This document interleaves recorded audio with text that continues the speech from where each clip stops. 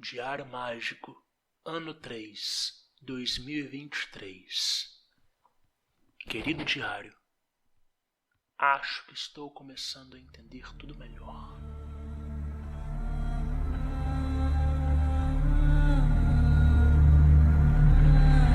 Quer dizer que agora a Terra tem magos?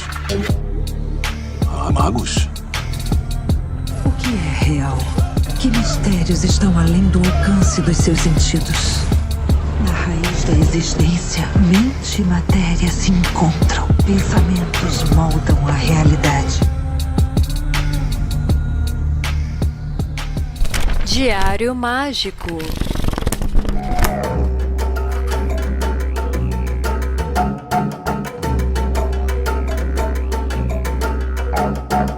Aí sim, eu sou Rodrigo Vignoli, seu apresentador, e está começando agora mais um Diário Mágico, dessa vez direto da Calunga.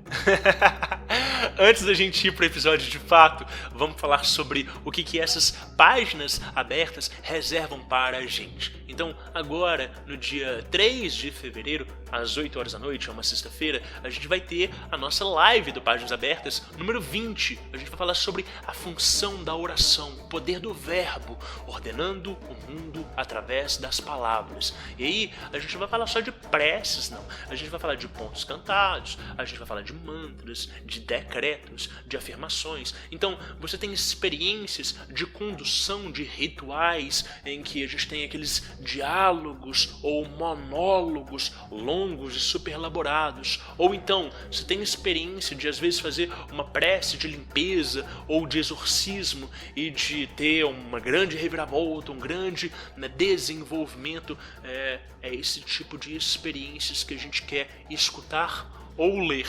Escutar, porque você pode mandar o seu áudio lá no WhatsApp, no DDD 31 97537 5123, como tá aí na descrição.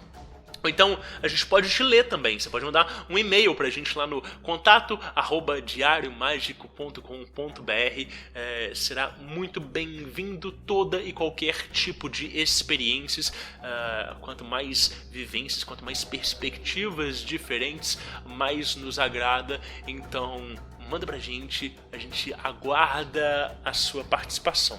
Os próximos Páginas Abertas, além desse, acontecem no dia 3 de março, né? A gente vai falar sobre sonhos, sobre as camadas do plano astral. Então a gente vai falar sobre projeção astral, sonhos premonitórios, sonhos lúcidos, né? Contatos com entidades no astral, né? E em abril, a gente vai falar sobre eu superior, sobre essência, sobre sagrado anjo guardião, sobre self, esses conceitos que a gente vê nos textos, nas discussões, e que às vezes a gente assume que é tudo a mesma coisa, ou às vezes a gente vê uma falsa equivalência, não entende, né, o que cada conceito significa, de onde que vem. A gente vai falar sobre esses termos e a gente vai falar também sobre as experiências com cada um desses conceitos.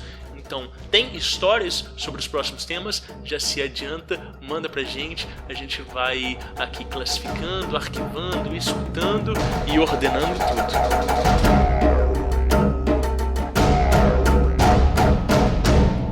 Bom, gosta do Diário Mágico? Entra lá no apoia.se/Diário Mágico e considere nos apoiar em qualquer faixa de apoio. Você já vai entrar no nosso grupo, vai poder votar nas enquetes dos próximos assuntos, trocar ideia conosco e auxiliar esse projeto a crescer cada vez mais. A gente vai botando páginas novas, brancas no final do diário para ir crescendo, engrossando e dando um caldo maravilhoso. Agora, vamos lá, vamos abrir esse diário, ou melhor, vamos abrir essa tumba. Folhas brancas sem pautas para transbordar à vontade.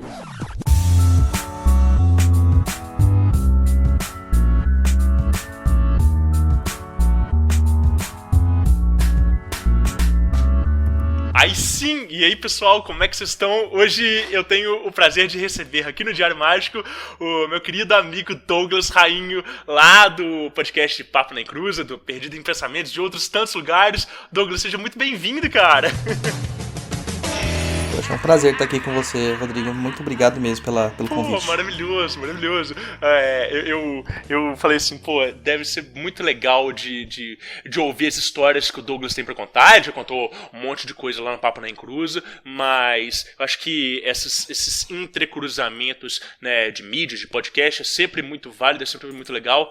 Eu tenho algumas participações lá com vocês no Papo na Encruza. Falei assim, tá na hora da gente trazer o Douglas aqui pra trocar uma ideia conosco. Então, seja muito bem-vindo e cara, lógico que quem tá ouvindo a gente já deve te conhecer da internet afora, mas se porventura tiver alguém que não te conheça, quem que é o Douglas, cara? Como é que você se apresenta quando você vai num lugar assim diferente? Olha, até uns anos atrás eu me apresentava, sou Douglas Rainho, né, aqui do Perdido em Pensamento, só que hoje todo mundo me conhece como Pai Dodô. a macumba tomou uma forma tão grande na minha vida que ela acabou virando minha vida.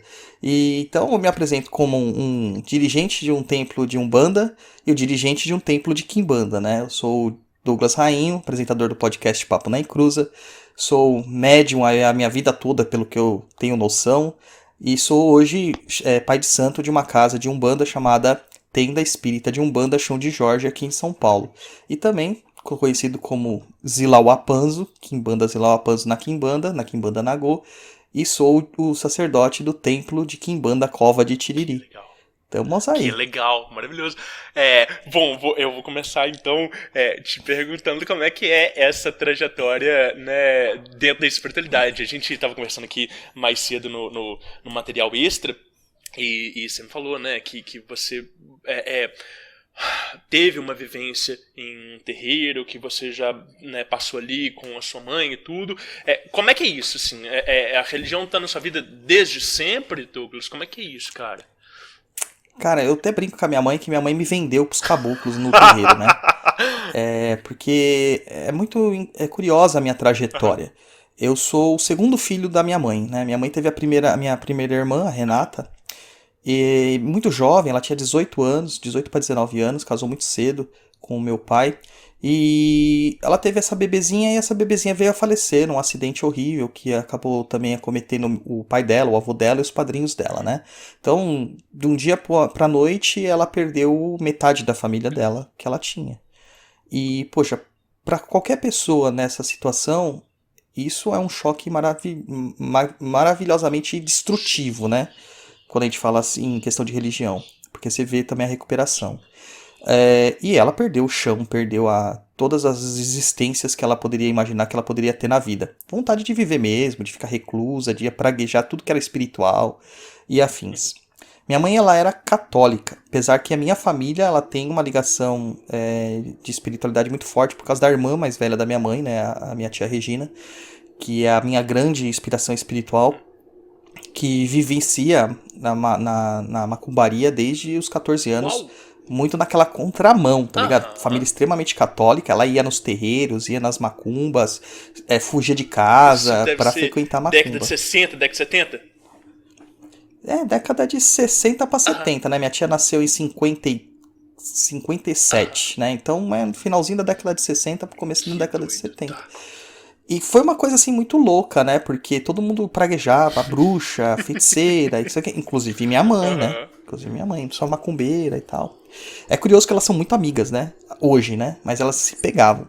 E cara, nesse acidente que minha mãe perdeu tudo, ela perdeu toda a razão de existir dela.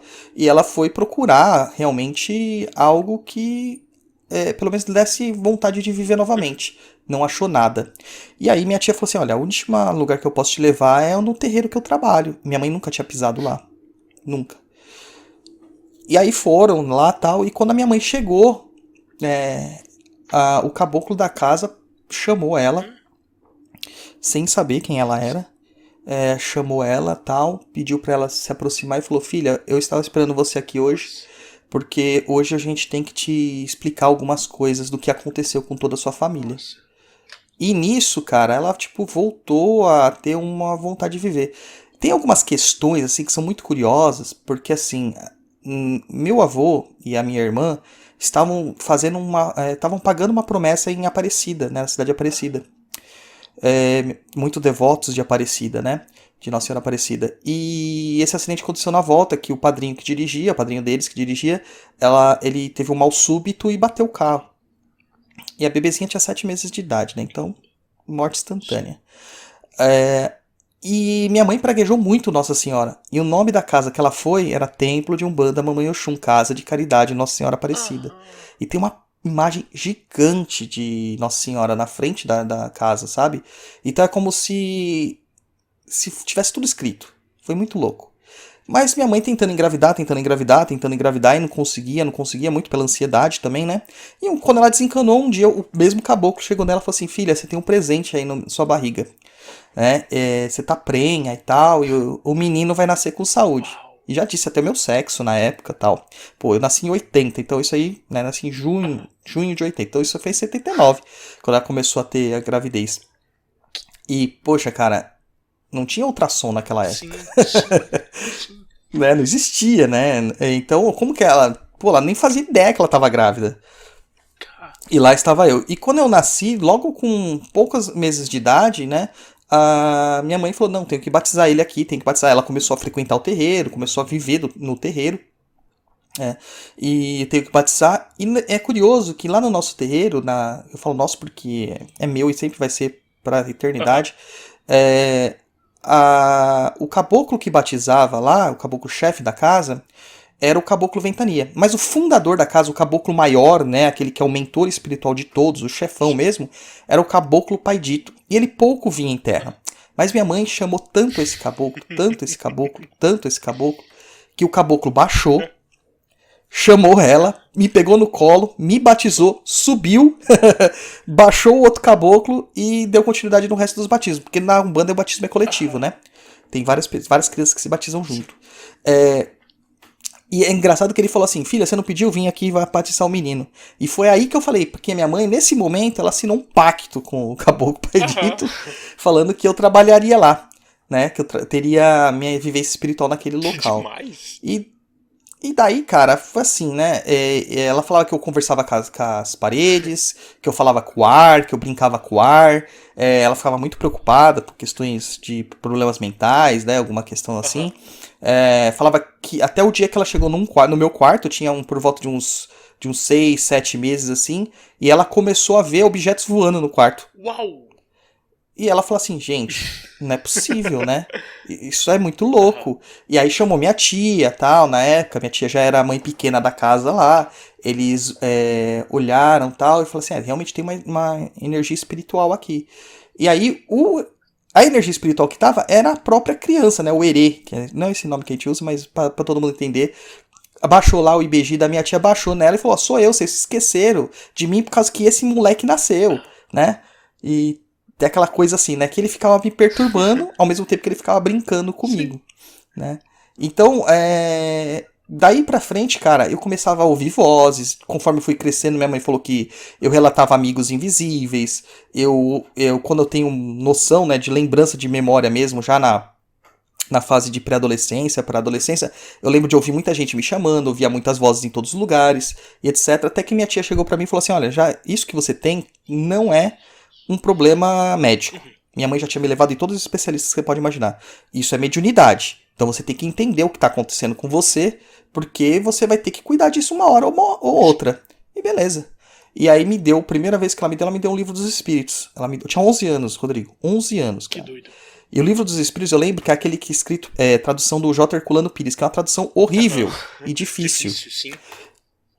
E que muita coisa é traduzida errada também do francês. Depois eu tive acesso ao original em francês, depois de muitos anos, e comparando assim, né? Você fala, puxa, que diferença, Olha né? só. Na hora que eu peguei aquele livro, cara, aquele livro me sugou a alma, sabe? Eu li aquele livro umas 3 vezes naquele ano. Pô, pra uma criança de 11 anos, é muita coisa, né?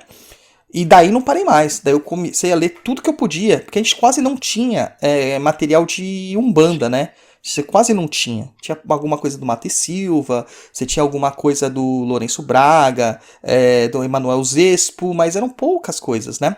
E aí eu comecei a ler, lia muito o jornal que eles faziam no terreiro, que a gente tinha costumes antigamente de fazer jornalzinhos nos terreiros, e participava das giras. E lá não era gira assim, cada 15 dias tem gira. Não, lá era gira de segunda, de quarta, de sexta e de domingo. Caramba! Então você tinha 4 giras na mesma semana. E nas 4 eu tava lá. Né? E tinha uma coisa muito legal no terreiro lá, que até no meu terreiro isso foi trazido, porque é a mesma tradição, né? Que criança pode tudo. Tudo. Se a criança quiser botar fogo no terreiro, ela pode. Que demais, né? tá? Uhum. Então, tipo, derrubou vela. Pisou no ponto da entidade. Não tem importância, criança pode. Né?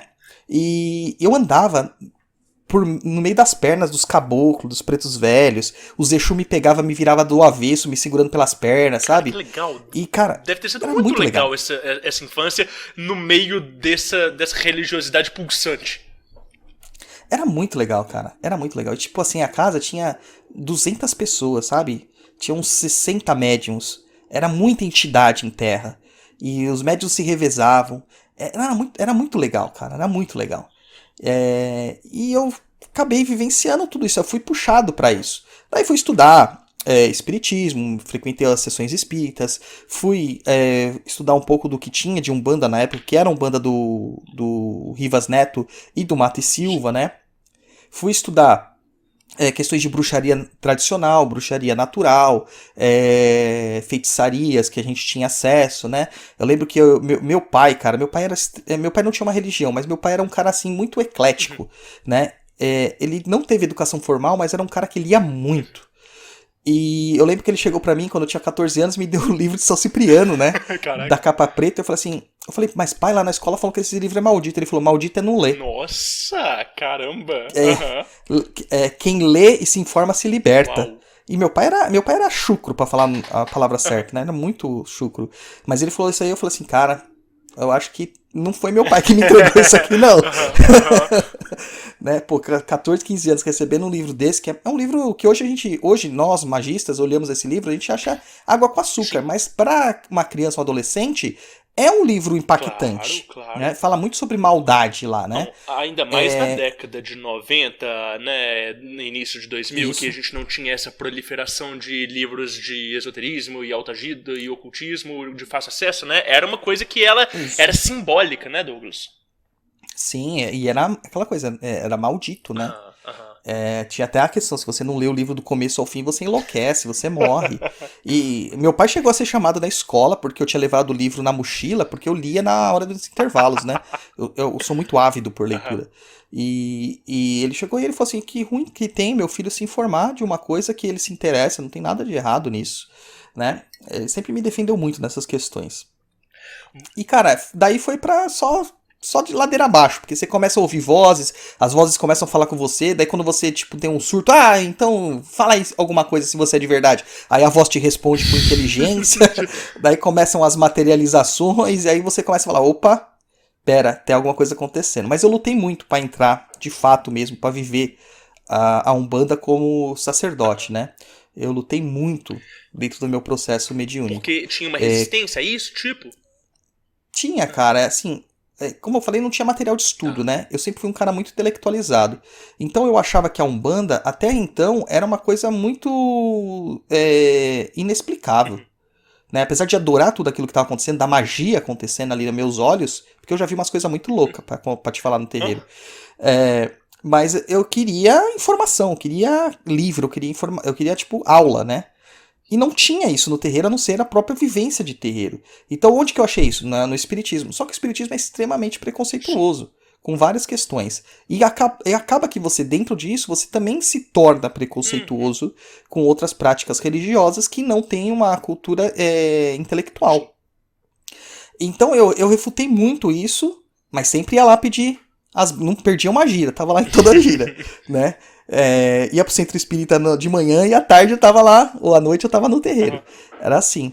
Então eu tive uma restrição muito grande quanto a isso. Tive um momento de semi-ateísmo, porque eu falo que não existe ateus, né? Mas um momento de revolta, quando meu pai morreu, né? Que meu pai morreu, eu tinha 24 anos. Eu fiquei muito emputecido, porque meu pai era um cara assim...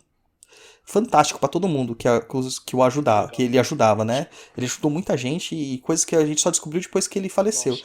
Mas ele teve uma doença terrível, que foi câncer, né? E eu não me conformava da espiritualidade ter feito aquilo com ele. Coisa de revoltadinho sem motivo, mas tudo bem.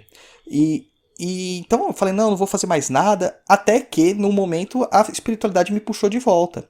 Eu comecei a ver coisas, ouvir coisas, sentir coisas, aí eu me casei pela primeira vez, e a minha ex-esposa tinha um processo muito violento de depressão, de ficar prostrada, de ficar acamada e coisas muito tensas. E, cara, extremamente católica, a família dela extremamente católica, eu não conseguia fazer mais nada. E eu tava muito afastado da espiritualidade, até que eu falei assim, olha, eu lembrei das palavras que aconteceram com a minha mãe. Falei, o único lugar que eu sei que pode te levantar é um terreiro. E eu levei ela no terreiro. E quando eu cheguei lá, era curioso, porque algumas semanas antes eu tinha batido o carro.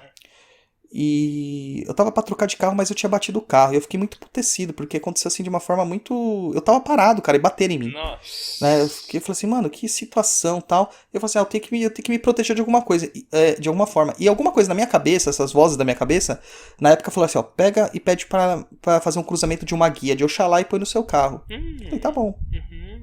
Só que eu não queria ir no terreiro, porque eu tava revoltadinho, mandei pela minha tia, uma outra tia a irmã mais nova da minha mãe, que tava no terreiro, levar pra abençoar. Ela foi lá, cruzou e voltou pra mim, falou assim, foi o pai Tomás que cruzou pra você.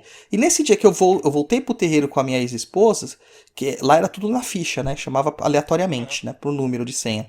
Quando me chamou e chamou ela, era o médium do pai Tomás. Olha só, E era o pai Tomás que tava lá, e o pai Tomás virou assim e falou assim, o preto velho, né? Falou assim, filho, eu tava te esperando vir aqui. E, cara, ninguém me conhecia, era um médium muito novo na casa. Não tinha como saber quem eu era, e fazia um tempo que eu tava afastado de lá.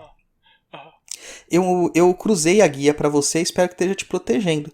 Só que isso foi só pra te chamar pra cá, porque eu tenho coisas pra te falar. E aí começou a falar. E eu falei assim, olha pai, já me falaram isso quando eu tinha 13 anos, 14 anos. E eu falei que eu não tava pronto. Ele falou, naquela época você não tava, mas agora você tem que pensar. E me deixou passar. E falou assim que ia cuidar da menina, que as entidades dele iam cuidar da menina. E cara, na outra gira que a gente foi, era semanal, na outra gira eles amarraram uma fita no pulso da minha ex-esposa.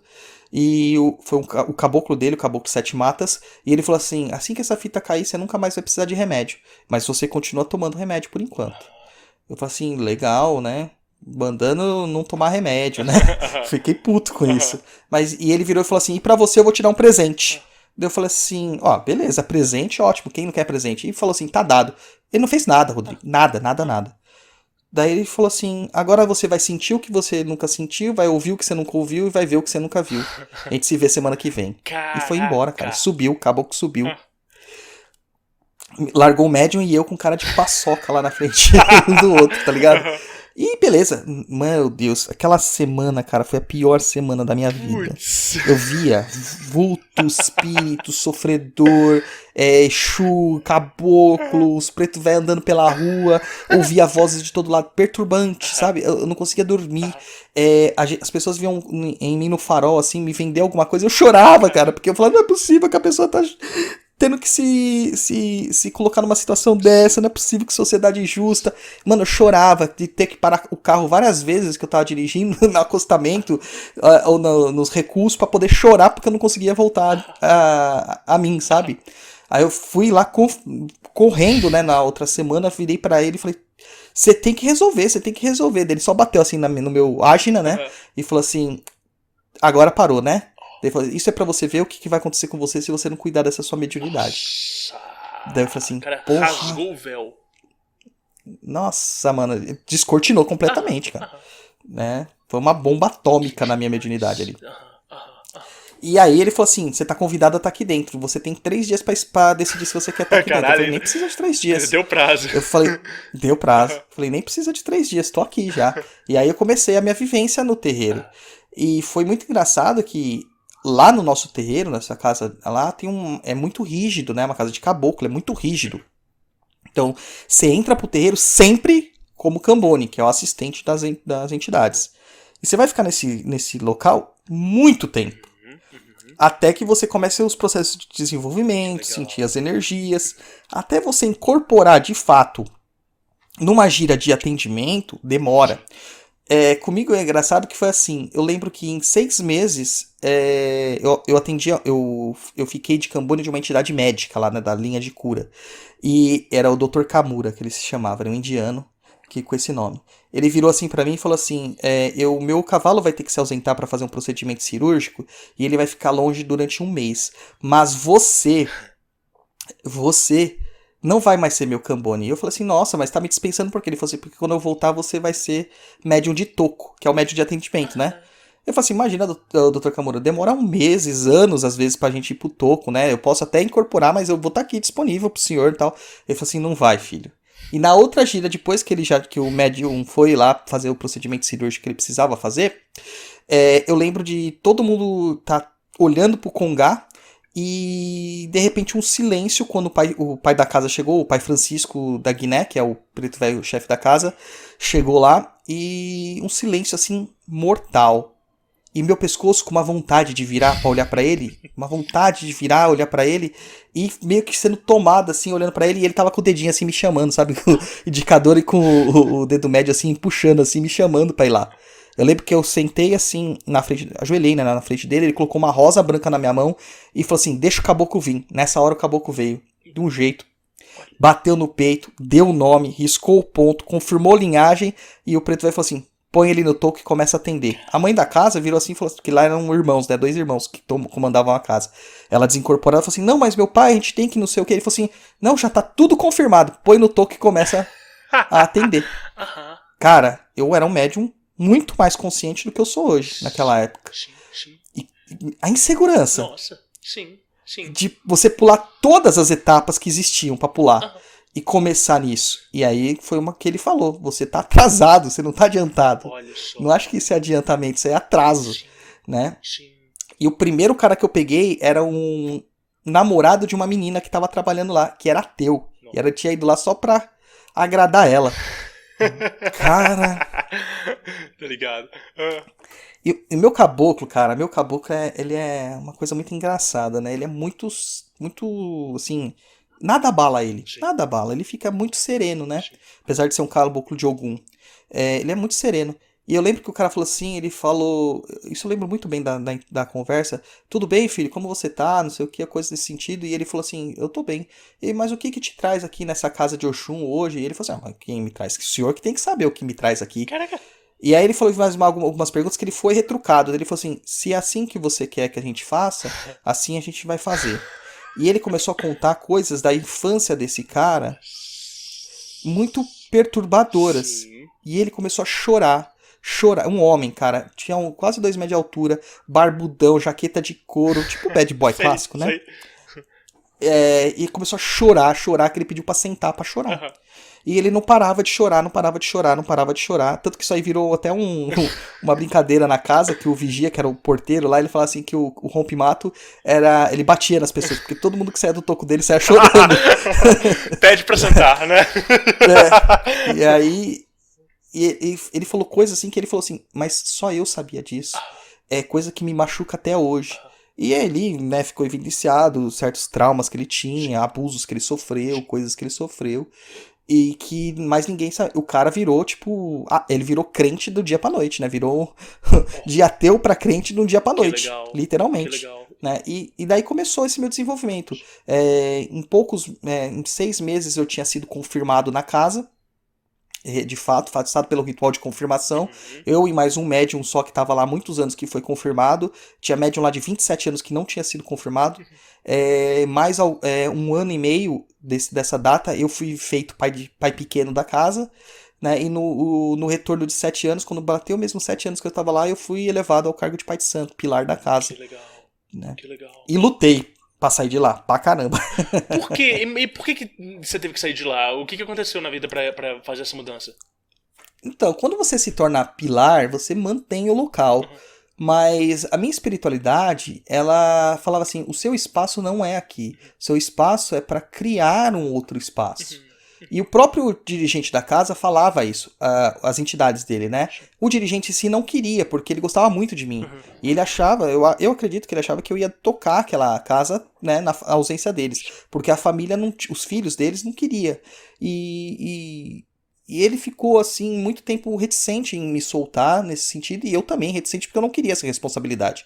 Porque, cara, é muito complicado você ser pai de santo. Não é fácil. né? E só que, cara, tudo aconteceu para que eu fosse ser tirado da casa, né? Várias conformações aconteceram para que eu saísse de lá.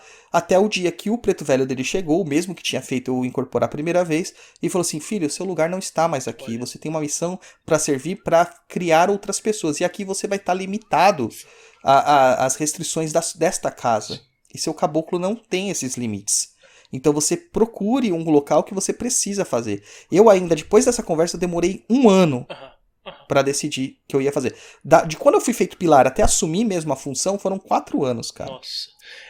4 anos lutando contra. E imagino também o sentimento agridoce do tipo, beleza, estão me falando que é pra eu dar o meu rolê e vivenciar outras coisas e tal, mas também, né, nossa, é a casa que me acolheu, que eu conheço de praticamente tudo que eu conheço de espiritualidade prática, tava aqui, né, e aí, como é que eu dou esse novo passo na vida, né?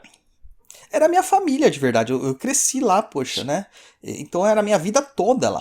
É muito difícil você dizer tchau pra sua família e bater asa sozinho, né? Fora que, assim, seria eu por eu. Não tinha médios que iam me acompanhar, eu não tinha Cambone, eu não tinha lugar, eu não tinha nada. Aí o baiano virou pra mim e falou assim: enquanto tiver você, tá bom. Nem que você tenha que abrir a gira, só você vai abrir. Legal. Se tiver que atender 25 pessoas, 30 pessoas, você vai atender. E eu falei, tá bom. Né? Eu tive que aceitar essa situação.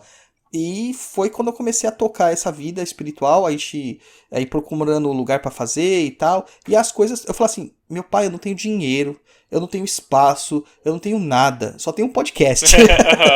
Um blog, né? E aí foi onde que a espiritualidade falou assim: deixa comigo. Olha. A espiritualidade, quando eu falo, é o meu obsessor de estimação, né? O Tiriri. Porque, cara, ele resolve tudo. E aí ele virou e falou assim: deixa comigo. Na mesma semana que ele falou isso, tinha um cara que me devia há anos um valor lá. Era exatamente o valor que eu precisava para pagar a entrada do lugar que a gente ia alugar, né? Que tinha que dar 3 meses de antecedência. Para comprar tudo que precisava comprar lá, reformar e começar os trabalhos. E ainda sobrou um negócio lá para pagar, acho que 3 ou 4 meses, né, de aluguel. E ele falou assim: cara, o cara não ia me pagar. Não ia me pagar. E de repente surgiu o dinheiro, né? Caralho. E eu falei assim: se não for pra ser assim, não tem como não ser, né? E eu falei, vamos lá. E aí eu meti a cara junto com a Gatti, né? Que é a Bárbara que me acompanha em tudo, minha namorada. E cara, ela falou assim: vamos que eu vou com você, vou te ajudando. Ela era de outro terreiro, mas eu cambonou pra você e tudo mais. E, ali começou. Aí a gente fez eu falo, um processo seletivo do show de Jorge, né? Eu falei, quem tem interesse de entrar pra uma casa assim? Joguei lá no papo, né? E a galera falou assim: eu. E umas pessoas lá, tipo, acho que 30 pessoas, elas se inscreveram no formulário que eu tinha feito e a gente marcou, tipo, uma entrevista. E eu achando crente que quem ia fazer a entrevista era o Rompimato, que era o caboclo, que é o chefe da casa. Porque na Umbanda, o chefe da casa é o caboclo e o preto velho, né? Mas o Rompimato mandou o Exu, cara, vir. Olha! Ele veio, quando ele veio, ele falou assim: agora é com o Exu. E aí ele foi embora e deixou o Exu vir. E eu atendi naquele dia 30 pessoas na sequência. Cara, quem recebe Exu sabe que Exu não é uma energia confortável. De boaça. Não, é pesada. Sim. Né? Pesada, pesadíssima. Sim. E eu atendi 30 pessoas ali. E muitas dessas pessoas não entraram. Né? Claro. Ele escolheu as que ele queria, as que ele não queria, ele deixou de lado. E as que ele tinha dúvida, ele pediu pra fazer uma experiência. E das que ele tinha dúvida, ninguém ficou. Olha só. Né? Das que ele tinha dúvida, ninguém ficou. Eles mesmos foram: não é pra mim, não é pra mim, não é pra mim, não é pra mim, e foram embora. Né? E aí tivemos que tocar o chão de Jorge, né? Aí ficou pequeno o espaço, teve a pandemia, depois ficou pequeno o espaço, e aí a gente mudou faz alguns meses para um espaço muito maior, muito mais amplo lá.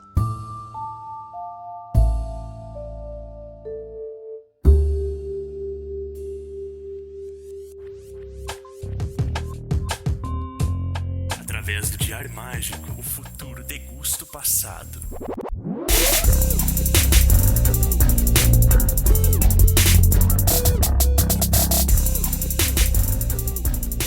Anote seus resultados.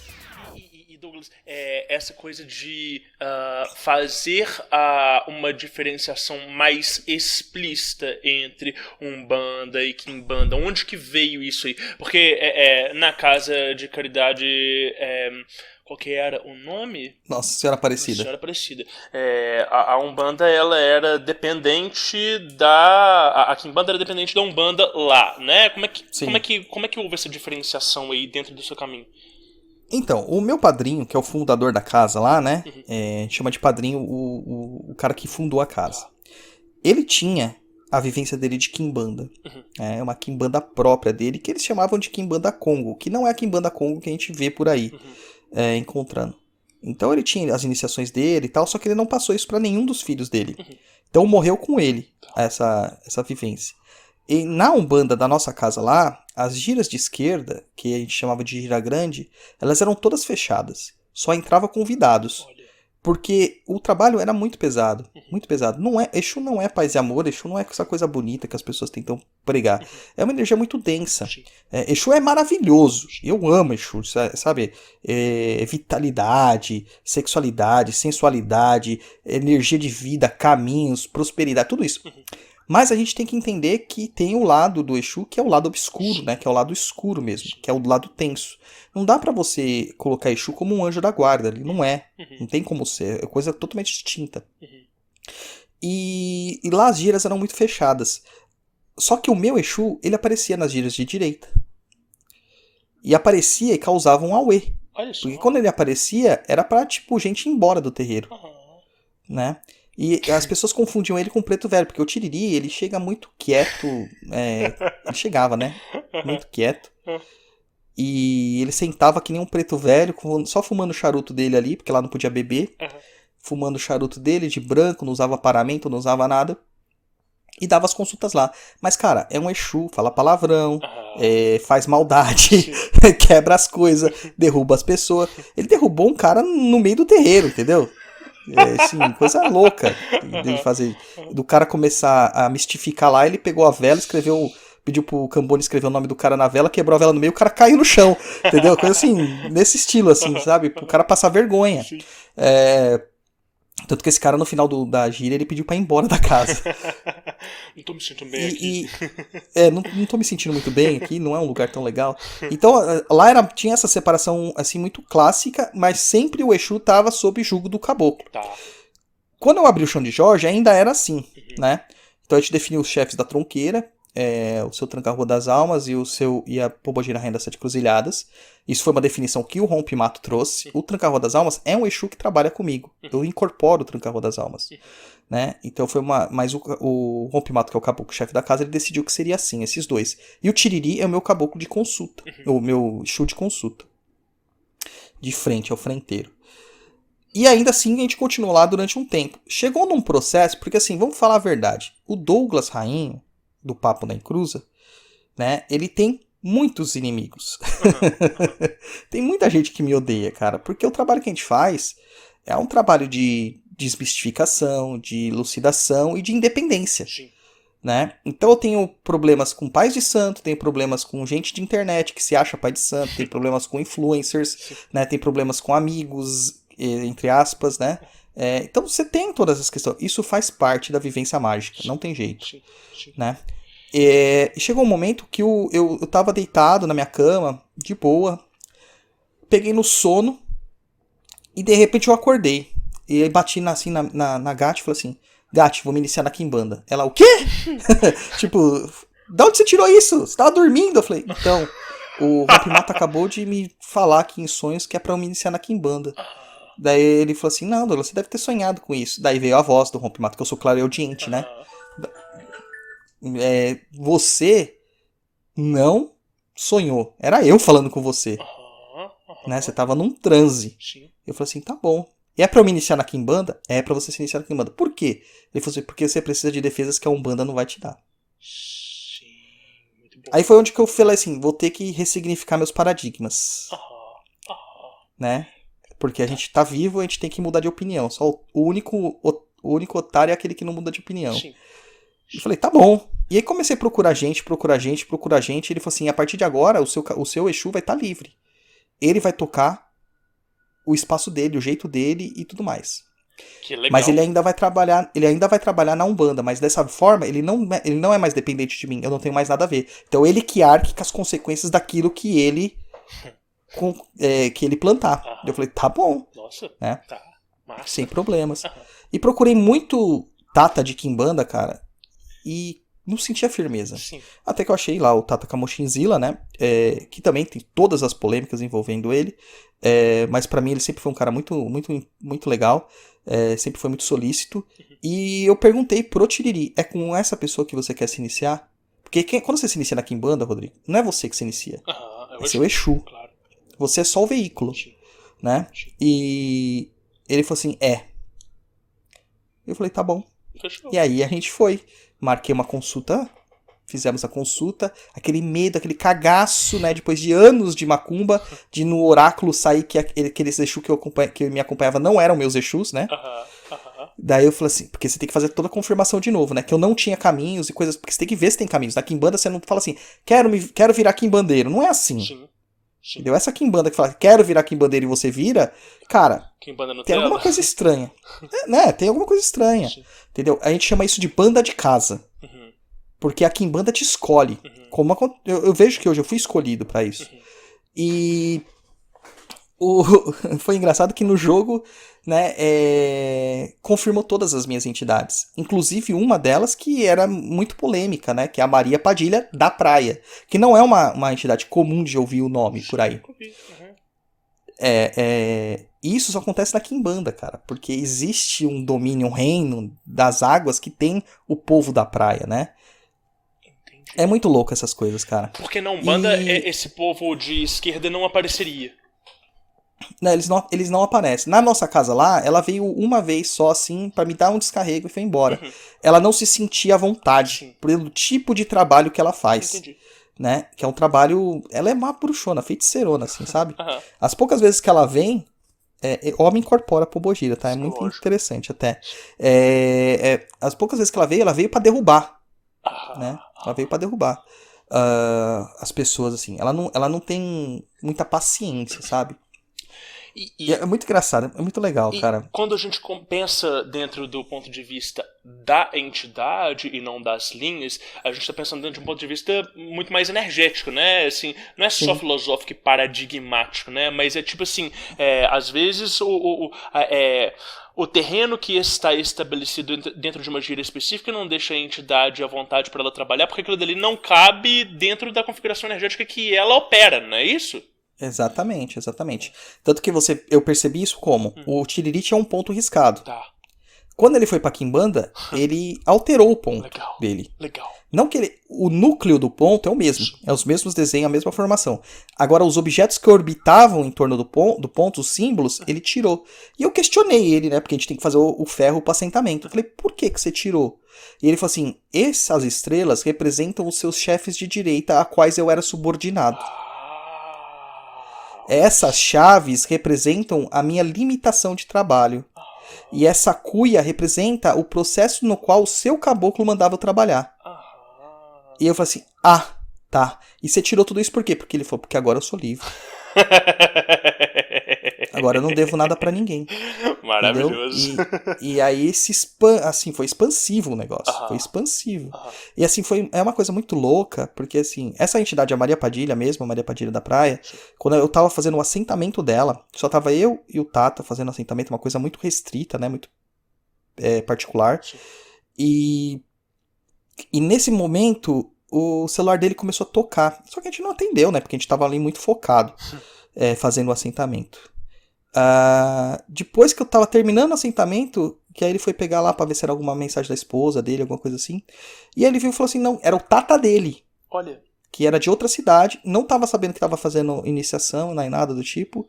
Que a gente tava fazendo assentamento. E ele tinha mandado um ponto, que era o ponto da Maria Padilha da Praia. Olha só! Ele fez um ponto na Maria Padilha da Praia. Ele recebeu, ele falou assim, Kamoshinzila, acabei de receber aqui um ponto de uma Maria Padilha da Praia. Ele falou assim, nossa, a gente tá fazendo o assentamento de uma Maria Padilha da Praia. Que incrível, que incrível. Pô, ele podia receber Tranca-Rua das Almas, que é fácil. Sim. Poderia receber Maria Padilha das Almas, que é comum, né? Mas da praia específica, e o ponto é gigante, cara. É o mar balanceia, o mar balanceou na beira da praia, Pombogira já chegou. E ele começa a falar, e no meio da estrutura, da letra, né? Tem lá, Maria Padilha, a comadre de Tiriri. Cara, qual é a chance de você ligar a uma Maria Padilha da praia ao Tiriri, que é o meu Exu? E é o chefe de todos os Exus que trabalham comigo, né? Porque ele é o frenteiro. Qual que é essa chance, né? E o cara recebia quilômetros de distância sem saber de nada. Cara, foi muito louco, cara. E essa Maria Padilha e o seu Tiriri, eles têm uma relação, eu digo a entidade mesmo, e não a falange? Tem sim. Tem sim. Tá, que doido. A gente diz que na Quimbanda todos os seus espíritos são ancestrais seus, né? Sim. Talvez ancestrais perdidos, mas são ancestrais, tem ligações com você. Sim. Então, a Maria Padilha é uma Maria Padilha da praia. O Tiriri é um Tiriri da Calunga. A Calunga, uma das concepções de Calunga é o próprio mar, né? Então, eles têm uma ligação muito, muito forte, cara. Tem uma ligação muito forte. Que legal. Nossa, que maravilhoso. E aí foi nessa situação, assim, eu tive que fazer a Manda do Caboclo. Vejo que foi um caminho muito importante pra mim. Hoje eu tenho uma separação lá, porque foi essa a ideia, de ter as giras de Umbanda e ter os toques de Quimbanda separadamente, os trabalhos de Quimbanda separadamente, com a estrutura de Quimbanda, onde a Quimbanda manda ali, não tem orixá. Sim. Onde a Umbanda manda, os Exus eles não entram só quando eles são convidados. E já teve caso, a gente tem algumas giras grandes de Umbanda onde Exu se manifesta, e aí, nesse processo, você vê que o Exu vem mais contido. Ele vem mais contido. Sim. Quando tá na Quimbanda, cara, é um inferno abril. Literalmente. Sim. E tem... Qual que é o pré-requisito, por exemplo, para o médium ele se iniciar na Quimbanda? Ele entrou, por exemplo, no Chão de Jorge, ele também já tá entrando no terreiro de Quimbanda, ou não, ou é uma coisa mais seleta? Você entende o trabalho da Quimbanda como um trabalho iniciático, ou seja, né, é um trabalho magístico, diferente de um trabalho religioso, ou não tem essa separação? Como é que você entende isso, sim, Douglas, de pré-requisitos para se trabalhar né, com o Exu, com toda essa liberdade? O que você entende sobre isso? A Quimbanda ela não é uma religião, sim, apesar da gente poder tratar ela como uma. Ela é uma feitiçaria, sim, a feitiçaria brasileira. Diferente da Quimbanda praticada em Angola, praticada no Congo, em terras bantas, é uma feitiçaria. Que tem uma comunhão ali de pensamentos africanos, ameríndios e também de uma feitiçaria europeia e cristianismo também. Apesar de tudo isso, tem cristianismo dentro da Quimbanda também, mas de uma forma bem diferente do que a gente está acostumado a perceber o cristianismo. É um processo iniciático. Não dá para você praticar Quimbanda se você não for iniciado por alguém que já foi iniciado. Né? A gente fala assim, mas e o primeiro Tata? Quem iniciou ele? Cara, aí a gente tem que ter um pouquinho mais de inteligência para entender que isso aí foi trazido, né? Realmente, né? Isso aí foi trazido. E são vários sacerdotes que criaram a estrutura de Quimbanda. Então, pegaram as suas religiosidades, os pajés, os feiticeiros, e até os próprios Quimbandas, né? Africanos, eles criaram uma outra estrutura que é a Quimbanda brasileira e deram continuidade a isso. Para você entrar, você tem que jogar no oráculo da família, né? Como eu faço parte da Quimbanda Nagô, que é uma das linhas, né? Existe Quimbanda Nagô, Mossurumim, Malay, Quimbanda de Almas, Quimbanda dos Caveiras, tem Quimbanda Congo, tem Quimbanda e as Quimbandas luciferianas, né, que é a mista. Você vai ter uma forma de ver o seu caminho. Na minha família, na Quimbanda Nagô, que a nossa família é Quimbanda Nagô e Mossurumim, né, você tem que jogar o Cabala de Exu, que é o nome do oráculo de Exu. E você jogou o Cabala de Exu, e lá vai dizer se você tem caminhos dentro daquela família e qual o grau que você se encontra, né? Então você adentra geralmente como batizado. Você recebe uma outorga para participar da ritualística, para vivenciar a ritualística, para aprender a se aproximar ali do Exu e da Pombogira. Mas você não está iniciado, você não faz parte da Quimbanda de fato. Você só tem um passe temporário, né? É a carteira de trânsito temporária, né? Que acabou de tirar. Tá em provação. Sim. Aí isso a gente chama de noviço. São os noviços. O adepto, que é o iniciado, ele ele fundamenta lá, pelo menos o assentamento do Exu de frente dele.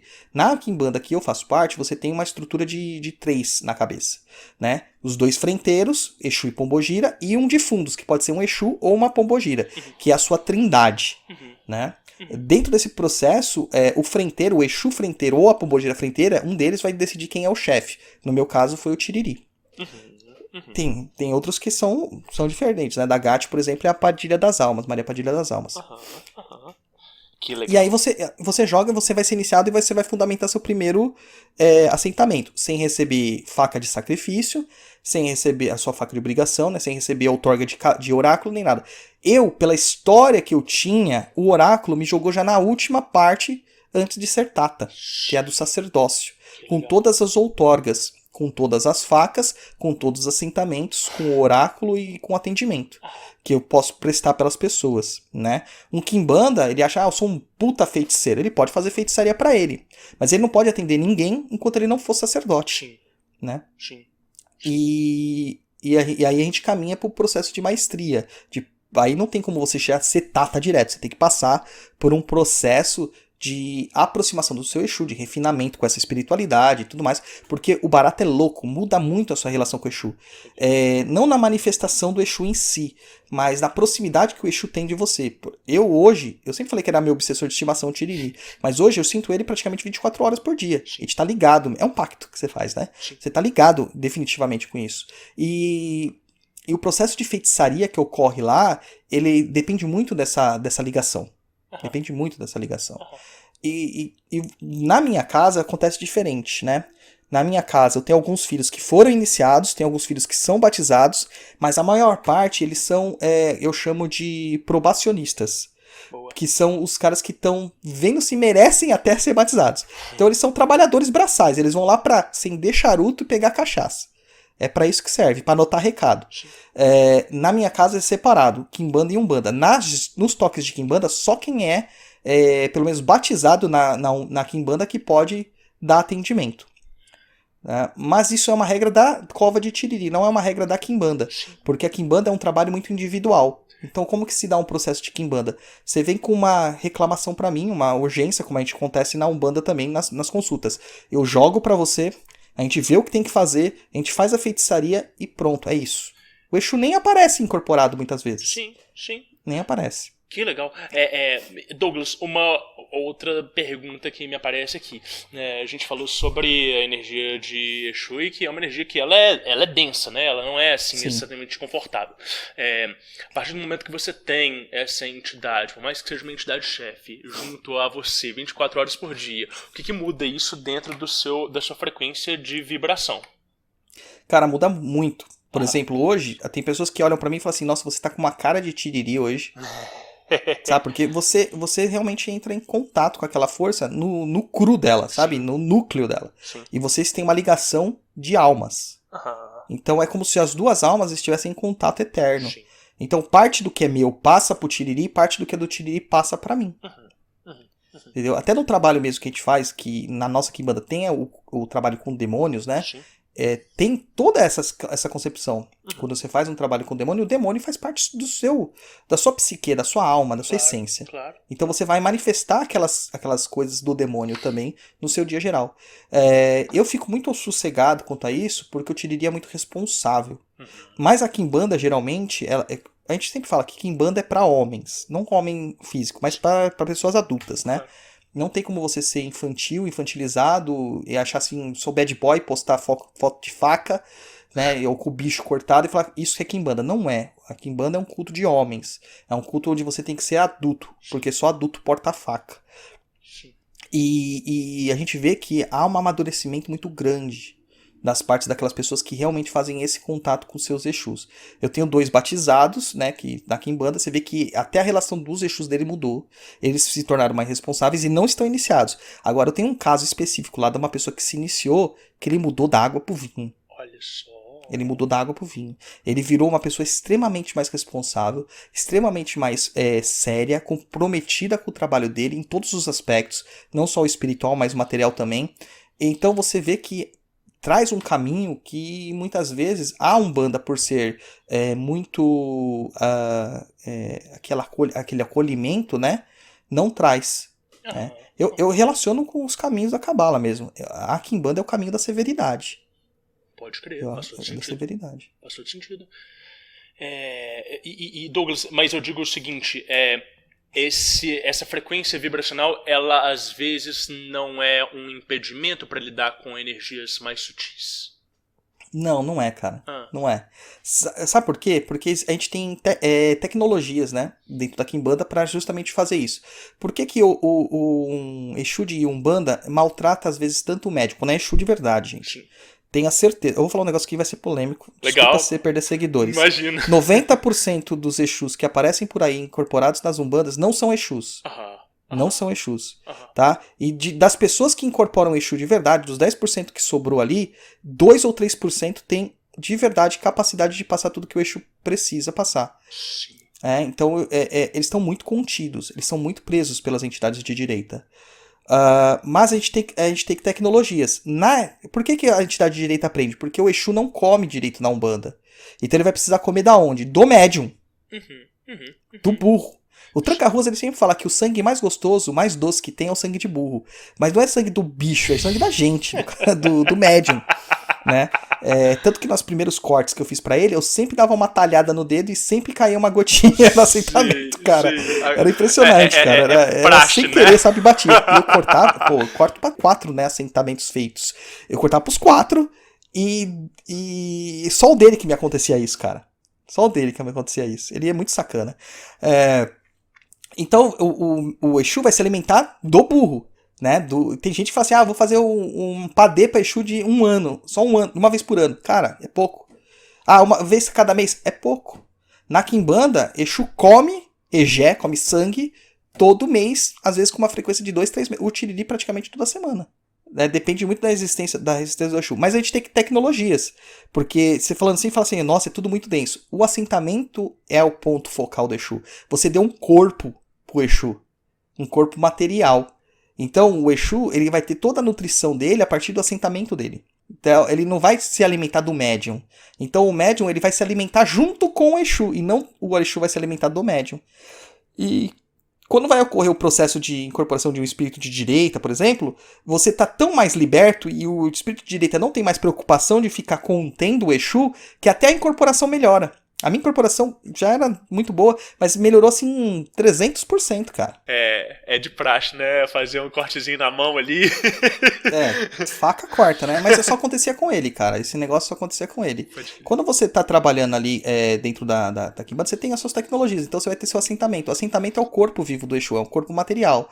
Então tudo aquilo que você precisa de energia, o assentamento tá ali comendo, ele tá recebendo e o Exu vai tirar dali, não vai tirar mais do médium.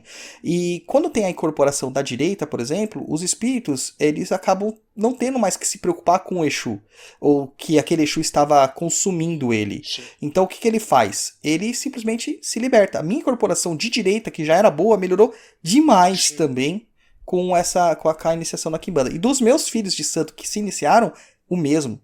Entendeu? Porque agora a direita compreende que existe realmente uma responsabilidade dos Exus perante a mim e a tudo aquilo que eles estão representando ali, né? Que legal, maravilhoso. E aí quando você diz, né, sobre essa questão de na Umbanda 90% dos Exus não serem Exus, é justamente por causa dessa limitação da aproximação da entidade, que ela está se apresentando tão pouco que aquilo dali é muito mais um psiquismo do que a entidade em si? Seria tipo isso? Tem psiquismo, tem animismo, tem mistificação, tem loucura. Sim. E fingimento, né? Mas assim, a maior parte desses espíritos que se apresentam, eles são como se fosse um proto-Exu. É algo que está em caminho de se tornar um Exu. Sim. Né? Então eles não têm a mesma capacidade mágica, nem a liberdade mágica que ele teria quando ele se torna de fato um Exu. Eu não vou ser ignorante e falar assim, não existem Exus na Umbanda. Existem. Tá? Existem Exus na Umbanda, mas são muito poucos que tem e quem geralmente tem esses Exu? Dirigente. Quando o cara é dirigente. Sim. Porque o dirigente ele tem consciência do trabalho de Exu, então ele não vai fazer cagada a todo momento. Porque, cara, Exu é uma arma. É uma arma. Tem que saber lidar com Exu. eu posso assumir que a estrutura da Umbanda pré-definida é como se fosse um átrio para se explorar mistérios mais profundos quando o médium / estudante / neófito esteja preparado? E hoje eu tenho certeza disso. Eu acho que assim, a Umbanda, ela é esotérica com X, né? Sim. Então é pra fora. Ela mostra as coisas e atende a comunidade. Sim. A Quimbanda, ela é esotérica com S. Com S. É o interno, é o círculo interno. Boa. Tanto que eu vejo isso tão claramente que, baseado numa das coisas que o Tiriri definiu lá no nosso terreiro. Ele falou assim, que ele só quer médiuns na Quimbanda se eles estiverem estruturados na Umbanda. Boa. Maravilhoso. Então, se chegar um médium lá que só quer fazer Quimbanda, ele não quer. Ele fala assim, te inicio, mas sua caminhada é solitária. Eu não quero você na minha casa. É receita para confusão, né?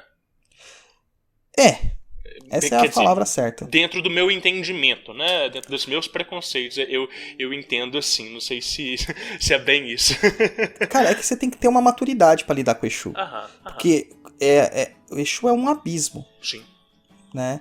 Se você se solta, você mergulha nesse abismo e você não sabe voltar. Então, o que é a direita nesse caso aí? É aquela luzinha que te guia, né? O meu Exu, ele tem um profundo respeito pelo caboclo que trabalha comigo. E ele já disse muitas vezes, não dependo de nada pra ele. Não dependo, mas eu respeito a força que ele representa. E ele sempre fala assim que o Exu tá muito acostumado com a escuridão. E que muitas vezes as pessoas que acham que também vão se acostumar. Só que esquecem que o Exu demorou décadas, às vezes séculos, para se acostumar com essa escuridão. E ele fala, e escuridão não é trevas completa, é escuridão. Para ver escuridão tem que ter, no mínimo ali, um pouquinho de claridade, para você saber discernir o que é escuridão e o que é claridade. Senão você tá na ignorância, ele fala. A treva é a ignorância. Sim. Né? E isso não quer dizer que o Exu não vai fazer maldade, gente. Faz. E muita. Mas a maldade justificada, né, deles. E ainda uma outra coisa, da mesma forma que a Quimbanda ela representa um caminho, vamos dizer assim, né, eu gosto muito dessa palavra, iniciático dentro dos mistérios de Exu, você tem casas de caboclo que elas vão representar mistérios iniciáticos dentro da linhagem dos caboclos, de uma mesma forma que a Umbanda é esotérica com X, ela não dá conta de abarcar como um todo, certo ou não? Sim. Não, sim, verdadeiro, isso aí tô completamente verdadeiro. Só que isso aí acaba ficando pra onde? Quando a pessoa tá com graus hierárquicos maiores, né? Sim. Pelo menos um pai e uma mãe de santo, ou pai e mãe pequeno dentro do terreiro. Um médium convencional do terreiro, um médium que não tem cargos hierárquicos, ele não sabe desses mistérios. Sim, lógico, maravilhoso. Sensacional, maravilhoso, sensacional. Douglas, você tinha falado sobre diário, a gente estava conversando um pouco mais cedo, e você falou que você mantém essa prática, que tem algumas coisas pra gente conversar sobre isso. Vamos falar sobre a notação sistemática? Vamos lá. Maravilha.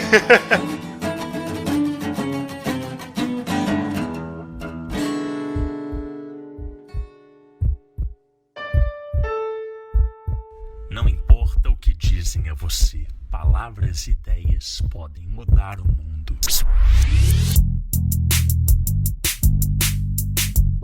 Diário Mágico. Cara, então a primeira pergunta que eu tenho pra te fazer é: desde quando que você tem essa prática? É desde que você entrou ali na Umbanda? Não? Como é que você começou a anotar, né, as experiências e tudo? Como é que é isso? Cara, eu sempre gostei muito de ler. Só que, o que acontecia? Tinha muitas coisas que eu queria ter acesso para ter uma memorização mais fácil, uma relembrar mais facilmente, e não existia internet, então não dava para dar um Ctrl F e procurar, ou dar um Google procurar, né? Você tinha cadernos, e para você ter que fazer ali, escrever o que você precisava. Então minha prática sempre veio de geral, porque eu gosto muito de escrever também, então eu sempre tive alguma forma de anotação. Quando chegou o advento da informática na minha vida, isso se tornou muito mais prático, né? E eu sempre fiz arquivos em texto com minhas experiências, com processos mágicos que eu tinha experimentado, com situações que eu tinha passado, com vozes que eu tinha ouvido, para depois, no futuro, não se esquecer daquilo e comparar com outras experiências que eu tinha. Porque eu sou assim, não me sigam, tá, gente, como regra, nem como exemplo, porque eu sou meio assim, eu sou o cara que vai e faz. Eu sou empirista. Então, se o cara falar assim, cara, essa magia aqui, ó, se você fizer assim tal, vai aparecer o Beelzebub na tua frente e vai, sabe, cheirando enxofre. Cara, não faça. Eu vou lá e faço. Sabendo que eu vou me ferrar todo, mas eu vou e faço. Porque eu quero ter a experiência, né? Eu quero ter a experiência. Sempre fiz, cara. Um monte de cagada, mas por questão de experiência. E comparava os recursos, né? Só que chegou um momento que eu falei assim, cara, eu preciso de algo maior. E aí foi onde eu montei meu blog. Meu blog, ele começou com um projeto de diário mágico aberto. Porque eu queria, conforme eu estudava e aprendia o Perdido em Pensamentos, por isso que é Perdido em Pensamentos, né? Todo mundo fala assim, gente, por que é Perdido em Pensamentos? Isso não tem nada a ver com macumba, né? Porque eu estava perdido nos meus pensamentos, eu escrevia aquilo ali, né? E uma forma de me encontrar. E aí eu comecei a escrever o blog com umas anotações bem simples, bem simplórias, e aí expandi todos os meus estudos. Então, todos os ensaios que eu tenho no blog, eles partem de estudos que eu estava fazendo, daquele momento que eu estava experienciando. Então, o meu blog, ele é o meu diário mágico. Sim. Que tá aberto pra todo mundo aí. Cara, isso é muito legal. Eu acho que esse é um caminho muito natural pra quem... não vou dizer assim, pra quem é produtor de conteúdo, mas para quem de alguma forma formaliza a anotação de uma forma que ela sirva para outras pessoas. Eu também tenho um blog que ele também tem assim 12 anos de idade, embora ele não seja escrito em formato de textos informativos, ele sintetiza boa parte das minhas experiências mágicas também, justamente da mesma forma que você disse, assim, dessa necessidade de anotar para relembrar depois.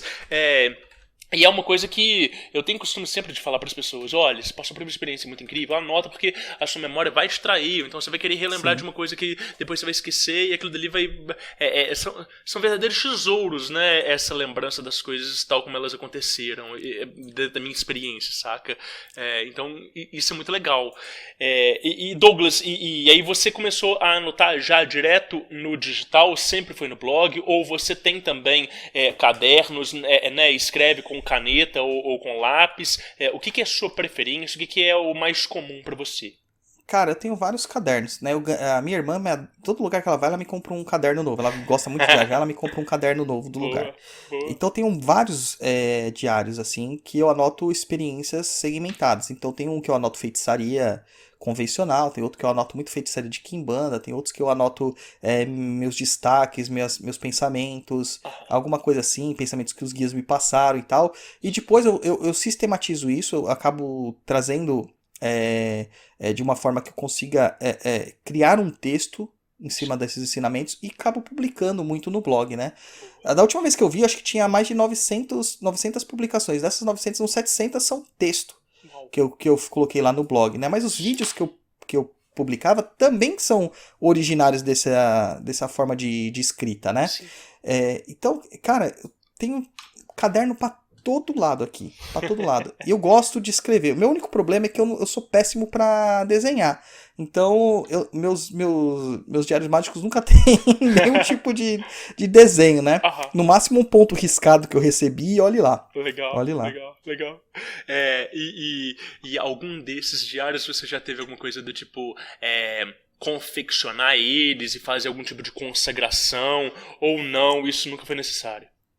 Não, cara, nunca fiz consagração do diário. O máximo que eu faço é dedico ele, né? No começo das primeiras páginas eu faço uma dedicatória para o intento que ele vai ter. Mas eu acho que assim, a consagração acontece toda vez que eu coloco a caneta no papel e escrevo. Sim. Então é um trabalho sempre em aberto, nunca é terminado. Tanto que eu tenho vários cadernos e nenhum deles eu tenho terminado. Nenhum deles. Quando eu tô quase terminando um, eu abro outro. Porque eu tenho essa sensação de não poder fechar as coisas, sabe? Porque tem mais pra acrescentar tá sempre. Acontecendo, né? Não dá pra você falar, fechei minha vida, né? Aham. Eu fiquei muito frustrado uma vez que, com aquela coisinha, você plantou uma árvore, escreveu um livro, teve um filho, acabou, sua vida tá completa. Eu falei assim, puta, tô ferrado, porque eu fiz tudo. Então, eu posso morrer? Não, não posso, né? Daí começa um outro ciclo da minha vida pra outras questões. Sim. Então, eu acho que é um trabalho em desenvolvimento sempre. Eu acho que a consagração, o mais importante das pessoas entenderem, isso aqui em Banda me trouxe muito mais do que a Umbanda, é que tudo é sagrado. O tempo todo, né? Na Umbanda a gente tem aquela questão, abre gira, fecha gira, é uma coisa fechada. Na magia a gente também tem isso, né? Abre a ritualística, fecha a cerimônia, faz banimentos e tal. Na Quimbanda, cara, a gente fala assim, a magia tá acontecendo o tempo todo, então uma vez aberto, tá aberto pra sempre, não tem como fechar. Maravilhoso, né? tá? Sensacional. E como é que você estoca esses cadernos aí, cara? Porque é muita coisa e algumas coisas, elas... Quer dizer, imagino que não é todo mundo que frequenta a sua casa, mas algumas coisas não devem cair nas mãos de outras pessoas. Como é que é essa coisa pra manter esses registros? Cara, ninguém pega, na verdade. Que na minha casa frequentam poucas pessoas. Meu filho, minha namorada, minha família mais próxima. Sim. Né? E isso aí fica guardado geralmente no meu quarto, no meu escritório. Tem alguns que eu exponho por ordem dos donos dos diários, né? Sim. Eu tenho um diário de feitiços ali exposto, que só tem feitiço trevoso. Claro que não tem as chaves do acesso ali, né? Mas é justamente porque se cai na mão de alguém, a pessoa abre e fala assim, opa, melhor tomar cuidado. Aham. Né? Então, o dono do diário mandou deixar bem à vista mesmo. Aham. Mas assim, não tenho preocupações de isso cair na mão de ninguém, não. Até porque aquilo que está escrito ali funciona pra mim. Talvez não funcione para outras pessoas. Tanto que quando eu vou divulgar uma mironga, um feitiço na internet, eu faço toda uma experimentação antes dele. E vejo se serve para outras pessoas. E aí sim que eu gravo um curso, que eu lanço no Instagram, lanço no blog, faço um vídeo, coisa do tipo. Eu já testei vários feitiços que não funcionam, inclusive feitiços de outras pessoas, que não funcionam. E pra pessoa funcionava. Por quê? Porque tem a chave. A chave é o quê? É o axé da pessoa. Sim. Sim. Entendeu? Que E massa. não combina com o meu axé. Sim. Então eu não tenho minha preocupação de guardar as coisas não, até porque quem for ver não vai entender metade do que tá escrito lá. Aham. Porque eu tenho a letra horrível. Sensacional. E você, além da escrita das vivências mágicas, você tem um diário de cotidiano também? Isso existe ou não? Ou é mais essa coisa de um grimório de fato? Então, cara, eu tenho uma prática de escrever as minhas questões, né? Mas assim, eu não escrevo tudo que me acontece durante o dia. Até porque nem tudo é significativo. Eu escrevo aquilo que realmente me impacta durante o dia. Claro que tem coisas que acontecem que parece que não são significativas, que com o passar do tempo se tornam significativas, né? Mas parece que aí a memória meio que busca isso. Sim. Nesse momento. Aí sim eu escrevo sobre, puxa, aconteceu isso, e hoje refletindo vejo, né, que tem tudo a ver, etc., com o que tinha acontecido. Eu acabo não dando tanto valor nas coisinhas pequenas que acontecem, prefiro anotar as grandes chaves, os grandes insights que eu tenho e tudo mais. É o meu jeito, na verdade, né, de fazer.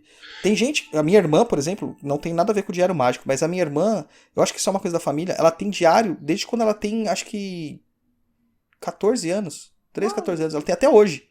Livros e livros escritos de todos os dias da vida dela. E assim, uma vez por ano, pelo menos, ela pega esses livros e começa a dar uma repassada nas coisas do passado dela, né? E eu falo assim, você só tá vendo suas cagadas, né? Só as merdas que você fez.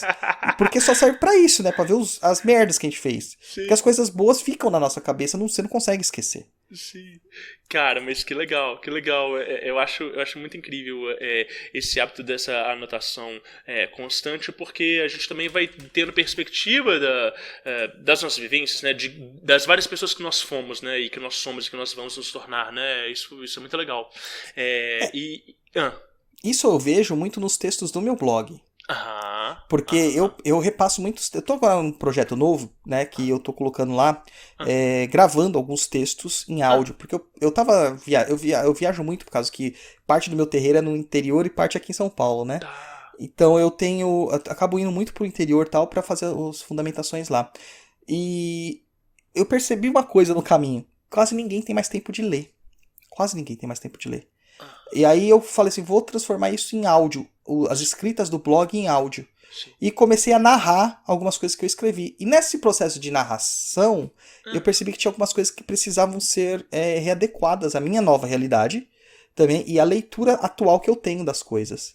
Então, é uma forma de voltar ao meu passado e falar assim, puxa, como que eu mudei, né? Que legal. Como o meu pensamento mudou. E eu não tenho problema nenhum de ter falado algo no passado e hoje falar uma coisa diferente. Sim. Porque eu acho que isso aqui tem tudo a ver com o amadurecimento de pensamento. Claro. Eu acho isso importantíssimo, porque as pessoas não se limitem. Porque às vezes as pessoas elas ficam tão aquela coisa assim, puxa, eu não posso ir contra aquilo que eu falei no passado como se tivesse escrito em pedra. Eu sou da opinião que você tem que ir contra o que você escreveu do passado, que senão você não mudou. Né? Você ficou parado. Então, algumas coisas vão ser vistas lá no passado e hoje você vai ter um pensamento completamente diferente daquilo. Você chega a ver esse movimento, por exemplo, dos seus filhos de santo, né, dos seus iniciandos, de também fazerem registro e anotação? Isso é uma coisa que é discutido dentro da casa? Como é que você enxerga isso, Douglas? Eu recomendo que eles tenham as práticas deles, que eles anotem tudo que eles podem anotar. Eu digo para eles não ficarem prisioneiros do diário. Eu acho que não é importante, o mais importante é não ser prisioneiro de algo, Sim. porque o diário ele tem que ser um guia e não algo que você tem que fazer, né? Que senão você cria uma estrutura muito rígida. Sim. Mas eu recomendo sim, principalmente de experiências que foram muito bem sucedidas. Eu falo para eles, pega as experiências que foram muito bem sucedidas e anotem, e depois vocês vão compartilhar isso com o restante dos seus irmãos, para vocês avaliarem qual que é a mecânica, como que funcionou, o porquê que funcionou e por que talvez não venha a funcionar com todo mundo. Né? Excelente. Eu faço uma chamada para eles, mas filho de santo, Rodrigo, ele só vai dar importância de fato para as coisas quando ele se torna pai de santo. Nem pai pequeno ou mãe pequeno. Quando ele se torna pai de santo é que ele vai dar realmente importância. E aí ele vai falar assim, puxa, perdi muito tempo. Sim, perdeu. Perdeu muito tempo. Mas faz parte da experiência também, não tem jeito. Sim.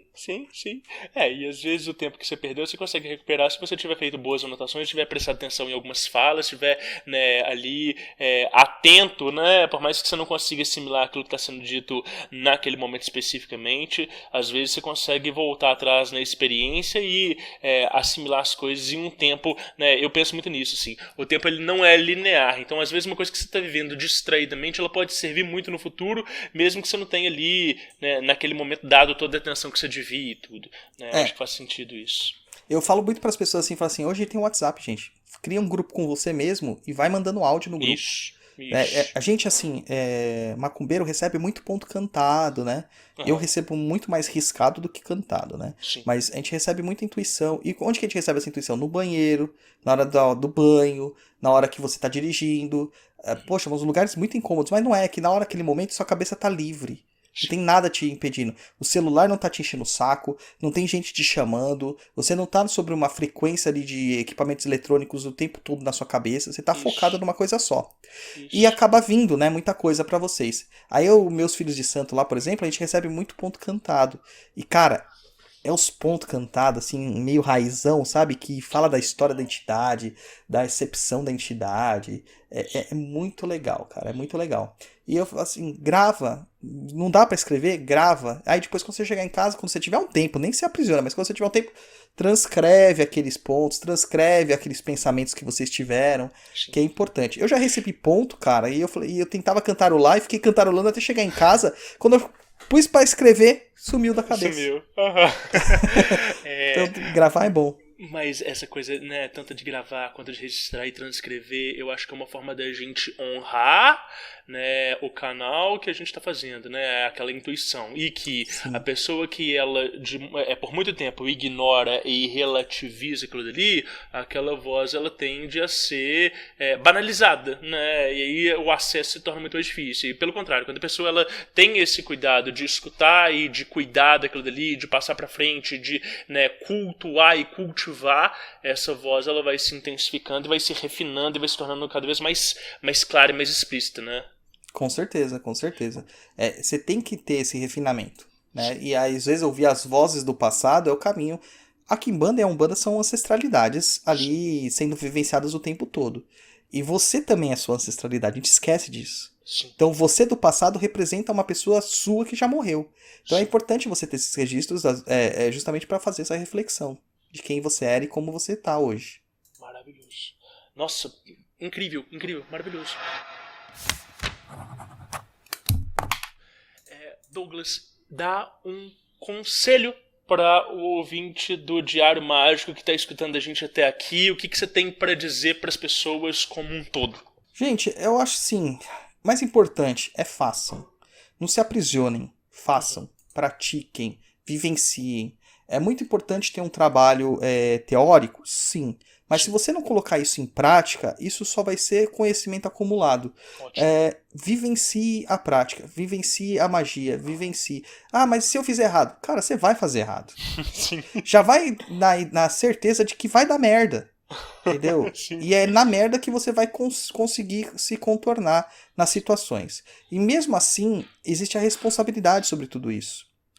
A gente na Macumba, a gente cuida de gente. A gente cuida de pessoas. Mas para cuidar de pessoas, você tem que entender o que é ser uma pessoa. Então não adianta você se colocar no seu castelo, na sua torre, e ficar inacessível. Você tem que vivenciar no meio da muvuca. Tem que ir lá mesmo e ir pro pau. Entendeu? Então vivam aquilo que vocês estudam. Vivam. Excelente. Maravilhoso. Cara, eu quero que você passe algumas informações. Primeira redes sociais pra galera te encontrar, né? Bom, tem o Papo na Encruza que tá nos agregadores todos, não é isso? Me passa tudo. A gente tem o Papo na Encruza, você encontra a gente também lá no Instagram. Instagram é o Papo na Encruza. Twitter é o Papo na Encruza. Se você digitar paponaencruza.com, você vai pro nosso blog, que é o blog do Perdido, na verdade, né? O grande agregador que nós temos é o meu blog, que é o perdido.co, sem o M no final. Que é o grande agregador, que é o Perdido em Pensamentos. Lá vai ter link pro YouTube, vai ter link pro TikTok, pro Instagram. Tem o meu Instagram pessoal, que é o Douglas Rainhos, o número 7. Tem o Instagram do terreiro de Umbanda, que é o Chão de Jorge, tá? Sem o tio, né? Claro. Chão de Jorge.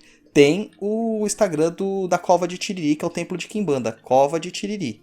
Então, em todos esses lugares, vocês vão encontrar algum caminho para voltar para alguma coisa, tá? No Show de Jorge só, que a gente só posta coisas relativas a trabalho da casa, quando vai ter atendimento. No Cova de Tiriri, a gente posta algumas reflexões sobre a Quimbanda também, além dos dias de toque. Lembrando que na Quimbanda, gente, tudo é pago, tá? Tudo é pago. Então, às vezes, até pra falar bom dia, você tem que pagar. Boa. Funciona assim. Tem uma questão do dinheiro muito importante. Mas, se perdeu aí no caminho, perdido.co, você acha tudo lá. Você acha tudo. Cara, muito obrigado pelo papo, por ter aceito o convite, por ter compartilhado esse tanto de experiência, sua história. Foi muito legal, foi muito gostoso. É sempre um mar de conhecimento trocar ideia com você, Douglas. Imagina, eu que agradeço, cara, a oportunidade. Gosto muito do seu projeto, ouço lá. E eu só queria estar no meio, assim, pra ficar comentando às vezes, falando, que legal, mano, eu também faço isso. Então, mas muito bom, cara, muito bom. Muito bom. O dia que tiver aí algumas páginas abertas, que você tiver, né, comentário pra manda, vai ser uma honra reproduzir um áudio seu junto conosco. Maravilha. Maravilhoso, muito obrigado. Obrigado a você.